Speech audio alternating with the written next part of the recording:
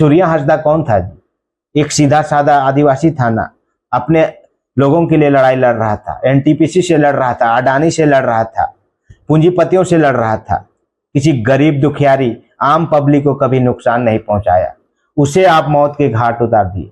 500 गरीब बच्चों को पढ़ाना अपराध है तो मैं उस अपराध को स्वीकार करता हूं। उसी आजाद भारत में जी रहे हैं जहां हमें स्वतंत्रता से जीने का अधिकार दिया गया है। नहीं, आज भी हमारे जीने मरने का ठेका पूंजीपतियों के हाथ में है। दोस्तों, आज मैं बहुत ही भावुक मन से यह वीडियो बना रहा हूं। मेरी तबीयत भी ठीक नहीं है, जैसे कि आप मेरी आवाज से समझ पा रहे हैं कि किस तरह से मेरी आवाज मोटी आ रही है, लेकिन यह वीडियो बनाना जरूरी है। जैसा कि मेरे फेसबुक पेज के माध्यम से आप देख रहे होंगे कि बीते 2 दिनों से मैं लगातार जो गोड्डा में सूर्या हांसदा के साथ जो पुलिस इनकाउंटर किया गया उसके खिलाफ मैं लिख रहा हूं। अब मैं वीडियो के माध्यम से कुछ बातें आपके सामने करना चाहता हूं। मैं इसलिए यह वीडियो बना रहा हूं क्योंकि किस तरह से एक सीधे साधे और एक भोले भाले आदिवासी को मौत के घाट उतार दिया गया। ये मुझे बिल्कुल पच नहीं रहा। पच इसलिए नहीं रहा क्योंकि हमारे झारखंड में ऐसे बहुत सारे कुख्यात अपराधी हैं जो खुलेआम सड़कों में घूम रहे हैं। उन्हें कोई मारने वाला नहीं है, लेकिन जो अपने हक अधिकार के लिए लड़ रहा है उसे मौत के घाट उतार दिया जा रहा है। सूर्या हांसदा कौन था जी? एक सीधा साधा आदिवासी था ना, अपने लोगों के लिए लड़ाई लड़ रहा था, एनटीपीसी से लड़ रहा था, अडानी से लड़ रहा था, पूंजीपतियों से लड़ रहा था, किसी गरीब दुखियारी आम पब्लिक को कभी नुकसान नहीं पहुंचाया। उसे आप मौत के घाट उतार दिए। और जब उनके खिलाफ अपराध आपसे मांगा गया कि क्या क्या अपराध उन्हें सजा हुई, आप बता नहीं पा रहे हैं, तो कहीं ना कहीं ये साजिश के तहत उसे आप मौत के घाट उतारे, क्योंकि उन्होंने हक के लिए लड़ाई लड़ी थी, उन्होंने अपने अधिकार के लिए आपसे जंग लड़ी थी। इसलिए पूंजीपतियों को पच नहीं रहा था और उसे मौत के घाट उतार दिया गया। मैं बीते दिनों इस घटनाक्रम के द्वारा मैं रिकॉर्ड चेक कर रहा था। मुझे 2017 से 2023 के बीच कई सारे ऐसे रिकॉर्ड मिले जिसमें झारखंड में 60 से 70 इनकाउंटर किए गए हैं। इनमें से अधिकतर आदिवासी थे। उसमें से 70% मान लिया आदिवासी थे तो 30% झारखंडी मूलवासी थे। तो भाई, क्या झारखंडी आदिवासी मूलवासी ही अपराधी होते हैं और लोग अपराधी नहीं होते हैं? इन्हें ही आप मौत के घाट उतार दीजिएगा? वो भी ऐसे इतना सिंपल लोगों को मौत के घाट उतार दिया गया। दोस्तों, जब आप रिकॉर्ड देखिएगा ना तो आपका आंसू आने लगेगा कि बोलेगा बाप, ऐसा भी हो सकता है। हो रहा है। हमारे भोले भाले जो सीधे साधे अपने जल जंगल जमीन अपने हक अधिकार के लिए आंदोलन करते हैं, लड़ाई लड़ते हैं, उन्हें मौत के घाट उतार दिया जा रहा है। बिरसा मुंडा के आंदोलन को देखिए, बाबा तिलका माझी के आंदोलन को देखिए, वीर सिद्धू कान्हू के आंदोलन को देखिए, टाना भगत के आंदोलन को देखिए, या देखिए वर्तमान में जो दिवंगत हुए हमारे दिशुम गुरु शिबू सोरेन के आंदोलन को देखिए। इन्होंने भी जल जंगल जमीन के लिए ही आंदोलन किया।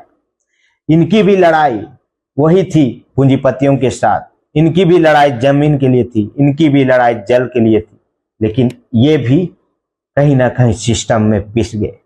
और ऐसा ही हमारे सूर्या हांसदा के साथ भी हुआ। ये भी अपने बच्चों के लिए लड़ रहे थे, अपने आदिवासियों के लिए लड़ रहे थे। संथाल में पहाड़िया जनजाति की क्या स्थिति है आप रिपोर्टों के माध्यम से देख चुके हैं। आज भी लोग डायरिया से गांव के में मर जा रहे हैं, उनके तक सुविधा नहीं पहुंच पा रही है, उन्हें पढ़ने के लिए स्कूल नहीं है। तो भाई, इसके लिए हक मांगना अपराधी हो गया। बच्चों को निःशुल्क पढ़ाना वो अपराधी हो गया। वाह रे वाह सिस्टम। इस सिस्टम पे तो हमें थू है और इस सिस्टम से तो मुझे बिल्कुल बर्दाश्त नहीं है। और सूर्या हांसदा एक मौत नहीं है, ये हजारों आदिवासियों की मौत है और हमें इस हत्याकांड से सीख लेनी होगी। अगर आज हम नहीं सीखे, आज अगर हम आवाज नहीं उठाए, ये सूर्या हांसदा सिर्फ एक इनकाउंटर में मारा जाने वाला व्यक्ति नहीं है। इससे मारने के पीछे पूरा सिस्टम का तंत्र लगा हुआ है और ये तंत्र जानता है कि जो भी आदिवासी मूलवासी अपने हक अधिकार जल जंगल जमीन के लिए आवाज करेगा, ये हमारे लिए रोड़ा बनेगा। क्योंकि झारखंड में सबसे ज्यादा किसी के पास जमीन है तो आदिवासियों के पास है। पूंजीपतियों को क्या चाहिए? जमीन चाहिए। जमीन में वो अपना प्लांट स्थापित करेंगे, फिर बिजनेस करेंगे। तो अगर हम जमीन नहीं देंगे तो बिजनेस कहाँ से करेंगे। तो इसी की तो लड़ाई है दोस्तों, और इसी की लड़ाई में सूर्या हांसदा को मौत के घाट उतारा गया। आज सवाल कर रही उसकी माँ, कोई गलत सवाल नहीं है। आज सवाल कर रही है उसकी पत्नी, कोई गलत सवाल नहीं है। पहाड़ी बच्चों के लिए आवाज उठाना अगर अपराध है तो मैं उस अपराध को स्वीकार करता हूं। अगर 500 गरीब बच्चों को पढ़ाना अपराध है तो मैं उस अपराध को स्वीकार करता हूं। अगर अपने हक अधिकार के लिए एनटीपीसी, अडानी पावर प्लांट, पत्थर माफियाओं से लड़ना अगर अपराध है तो मैं उस अपराध को करने के लिए तैयार हूं।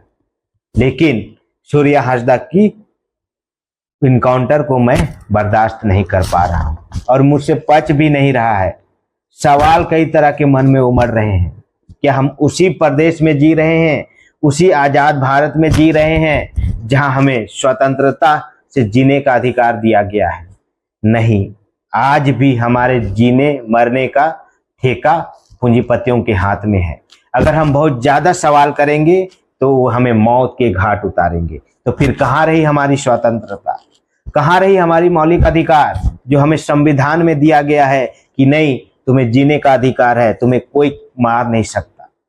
तो फिर क्या, जब हम बोल भी नहीं सकते हैं, अपने लिए आवाज भी नहीं उठा सकते हैं, तो क्या है मेरी आजादी, क्या है मेरी स्वतंत्रता?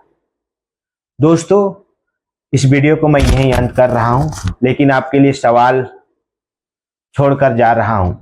आपको क्या लगता है, क्या वाकई में सूर्या हांसदा एक अपराधी था, और क्या सच में इनकाउंटर के द्वारा सूर्या हांसदा को पुलिस द्वारा मौत के घाट उतारा? आप ये दोनों सवालों का जवाब कमेंट बॉक्स में दे सकते हैं। धन्यवाद।